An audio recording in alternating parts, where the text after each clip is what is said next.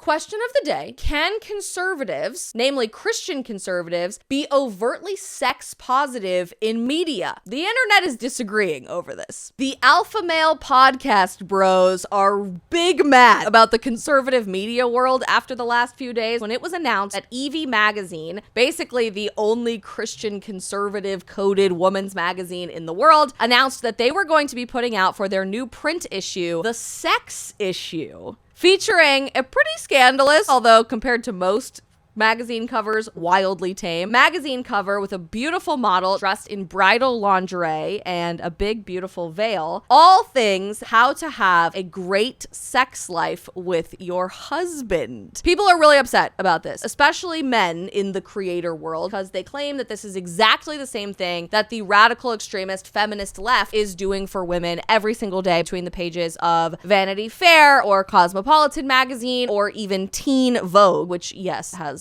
very raunchy articles these days for your teenagers. Hence why Evie Magazine is so necessary and so needed in the space. And the criticism is making a lot of waves on the internet. Lots and lots of comments like this one from Tommy. Why that cover though? Could have chosen something much more conservative, especially for a conservative magazine. I don't know. Bridal lingerie and a very obvious wedding veil seems perfectly appropriate to me. You're talking about physical intimacy, as that's supposed to be the point until which you wait to have sex with your loved ones. Or this one from the Texan B. Ugh, I'm so tired of hearing about everyone's sex life. Interesting, but I don't know that a lot of the backlash is very well founded, particularly when we are constantly complaining about how broken and degenerate and sinful our culture really is, just constantly shoving in people's faces, which is sadly how most people in our generation and everyone after us are learning about sex for the first time. Literally, I read the other day the average age of exposure for young boys to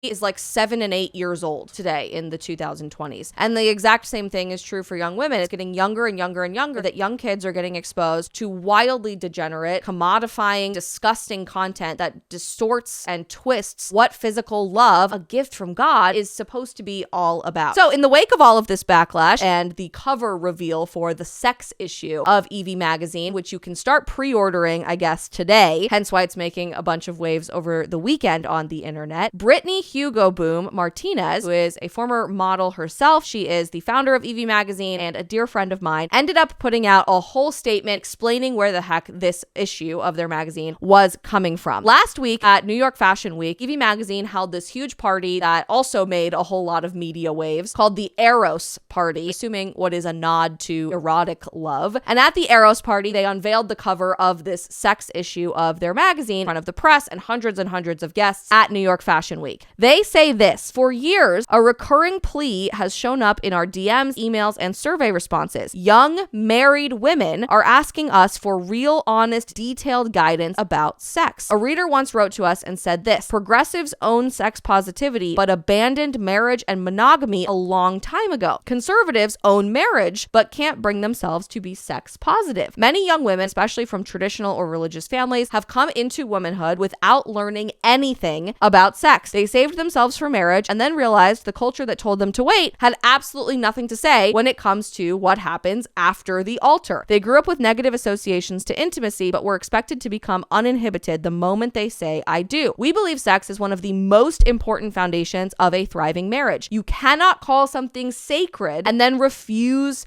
to take it seriously. This is so interesting to me. And she anticipates and reacts to a lot of the backlash here. Some of you will read this and be surprised. In truth, this is the most Evie thing we've ever done. We've always said we want to celebrate femininity and help marriages thrive by giving women real advice that actually makes their lives better. This is where this gets me. Your sex life with your husband is arguably the most important part of your marriage. Woo-hoo-hoo! You asked for guidance and we listened. You won't find hookup culture propaganda in these pages. No explore with multiple partners. No decoupling sex from commitment. We're giving you what is arguably the most complete, thoughtful, and beautiful guide on sex and intimacy ever put into print. I'm so glad they threw that in there at the end of what you won't find between the pages of this print issue, because what you see literally everywhere out there in the world of women's media is celebrating the most disgusting degeneracy intimacy possible. Most women, I'm finding, who are my age, are learning about sex largely through a singular podcast led by the most influential and successful female podcaster on the face of the planet, Alex Cooper, and Call Her Daddy. And if you've been listening to Call Her Daddy for years and years and years, you'll know that they talk about raunchy sex a lot on this podcast. When you look at like the new episode titles of Call Her Daddy, it's these deep profile interviews of A-list celebrities like Michelle Obama. But if you sort on Spotify to go back to the oldest episodes of Call Her Daddy from years and years ago, back in 2018, here's what you find. Nudes never die. Sext me so I know it's real. The Gluck Gluck 9000. If you're a 5 or a 6, die for that DICK. The post-nut cleanup. And the Gluck Gluck continued. It's time to get laid. Plot twist. Small penises, not that word, for the win, and using tears for lubes. Episode 9. Faking O's and threesomes. Oh my. This is the advice that young women from across the political and religious spectrum are typically turning to because it's been one of the only voices in women's media actually talking about intimacy from a woman's perspective. Now, it's an evil perspective and it's telling women all of the wrong things that are going to lead to actual satisfaction in your intimate life, but at least they're talking about it. And for millennial women who came just before us, the only real outlet for this type of advice was between the pages of Cosmopolitan magazine, right? To be a Cosmo girl meant you knew everything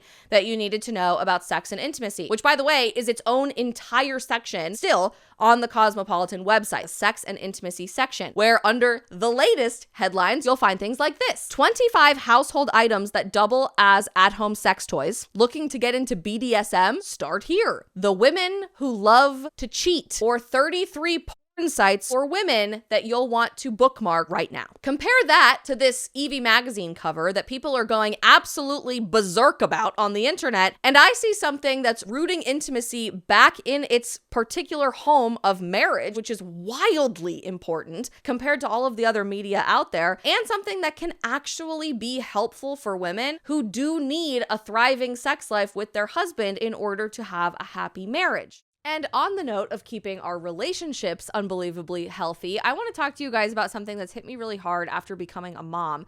I've realized the importance of putting my physical health first in showing up for the people that I love, understanding that the decisions I'm making about my health aren't just about me anymore. They're about showing up for my husband and my daughter Isla, and especially being present for all of her milestones and having the energy to keep up with her for decades to come. And that is a totally different kind of motivation.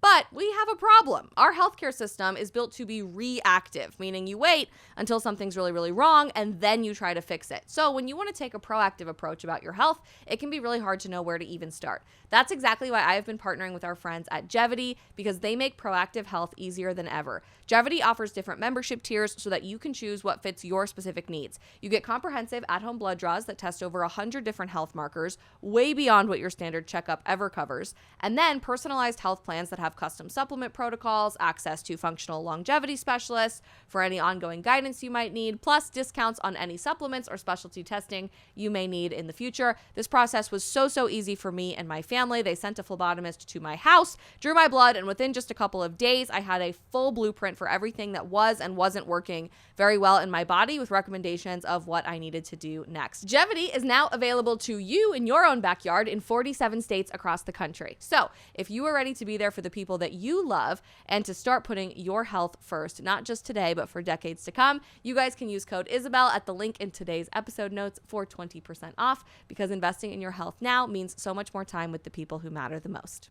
As people continued to freak out about this all over the internet this last weekend, Britney ended up putting out another tweet after the official response statement to the announcement of the cover. And I am so here for this. Like, this is exactly what young women need a lot more of. She says this: there is a new sexual revolution happening and it looks nothing like the last one. The last one told women that casual sex with men who were not committed to them was liberating, that if it left you feeling empty, you just weren't doing it right, that the solution to every broken sexual norm was to break more of them. A lot of women listened and a lot of women got hurt. They ended up more medicated and more lonely than any generation before them, and having less sex than almost anyone before before them too. That's true, by the way. Fact check that. The old sexual revolution was a disaster. The traditional corners of society refused to talk about sex as something thrilling and pleasurable. Everything that made sex sound exciting and appealing was owned by the so-called progressives. The best that conservatives had to offer was the virtue of restraint. Who wants that? The answer to a failed sexual revolution is not less sex. It is much better sex. We're seeing young women arrive at this conclusion on their own that neither side has been willing to say plainly. Sex is one of the most exciting parts about being alive,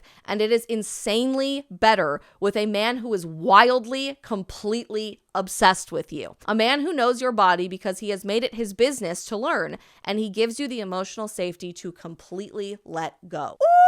Ooh, this or nothing for me, frankly. That sex is one of the most exciting parts of being alive, and it is insanely better with a man who is wildly, completely obsessed with you. Says a woman who's completely in love with her husband and has a daughter to prove how much she loves her husband. Why don't we ever talk about it this way? The old proof is in the pudding that the most satisfied people in their intimate lives are people who are married, committed to one another, and religious. They have statistically, go look this up for yourself, the best sex lives in the world. They are the most satisfied with their physical intimacy. And then that turns into the old joke that Catholic families all have like 8 to 12 kids because mom and dad are so deeply in love with each other. But there's something to that, right? God gave us this incredible, spectacular gift that actually, when I think back to my high school theology class days at Catholic high school, one of my theology teachers put more beautifully than I've ever heard anyone talk about this. He said that in the right context, within the beauty of marriage, sex is actually the closest thing that we have to a glimpse of what heaven is going to feel like. It is the most you can possibly give of yourself to another person in the exact same way that Christ lays down his life for us. And why aren't we talking about that more as Christians? I remember my theology teacher telling me that as like a sophomore or junior in high school, and very rarely have I heard